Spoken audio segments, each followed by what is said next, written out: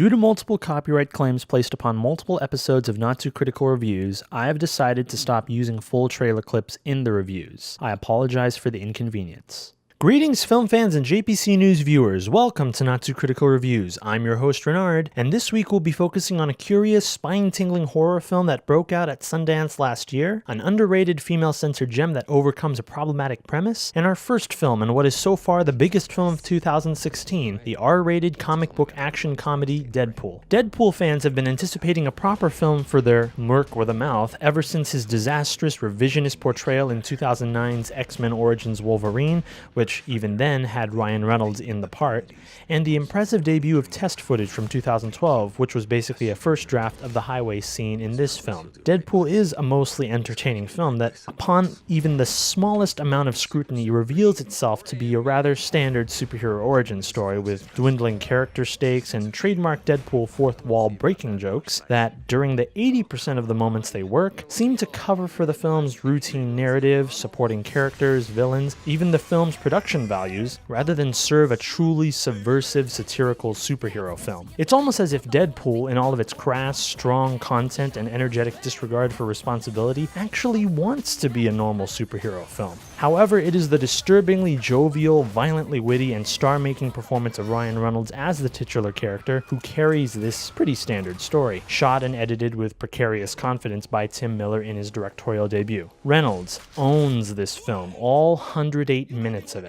And it only disappoints to see any moment during the film wherein he doesn't hold the reins. For now, I'll just settle with addressing Deadpool like I did with last year's The Peanuts movie. You're a pretty decent film, if rather safe. You've proven that audiences will flock to a film about you. That's fine. Now go and make the sequel more satirical, more subversive, bolder, riskier, smarter, better. I give Deadpool 3 out of 5 stars.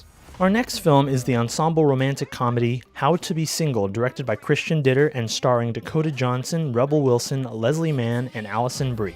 As much as the film still propagates the flawed premise that romance comes from sleeping with as many potential soulmates as possible, it was wildly refreshing to me how cinematically impressive and truthful this film ultimately became. The sexual moments never get too frisky to the point of discomfort, and by the end of the film, no one truly believes that sleeping around as much as possible is the proper way to a fulfilling love life. This development results in relatively satisfying closures for the cast, including and especially one supporting boyfriend role played to utmost likability by Damon Wayans Jr. The 4 leading ladies command the screen whenever they're in motion, although I will say that Allison Brie's portion starts off somewhat rocky and is mostly isolated from that of Johnson, Wilson, and Mann. The cinematography and editing stood out with a couple of unique sequences shot in one take and served the story's emotional as well as comedic cues, of which there are more than a handful that will be remembered by year's end. If 2016 were to end right now and someone were to ask me what the biggest cinematic surprise of the year was, I would say How to Be Single almost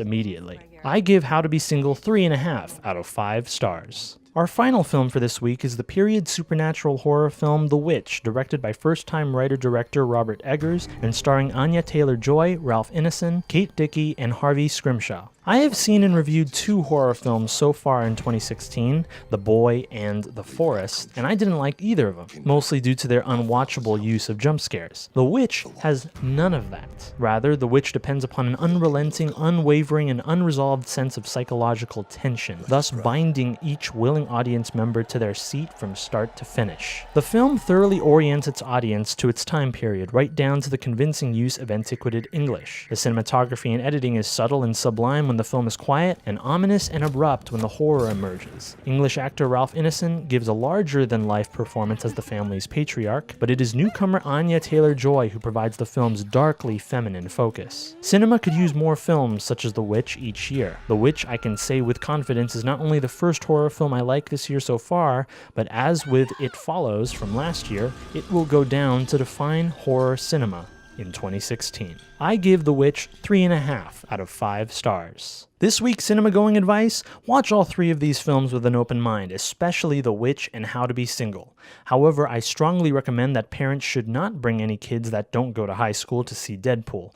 Deadpool is for the adults only. Also, the 88th Academy Awards are this Sunday on ABC starting at 4 p.m. Pacific Standard Time. If you still have Oscar films to watch, definitely prioritize getting those films off your queue right away before this Sunday. Thanks for tuning into these reviews. Have you seen any good films lately? Old, new, in the theater, at home? What are your thoughts on the films in this episode? Be sure to let us know in the comment section down below. Please be sure to also give this video a like, and also be sure to check out any of our show's previous episodes by subscribing to the JPC News channel and liking the JPC News Facebook page. I'm Renard, and this is Not Too Critical Reviews. See you next time.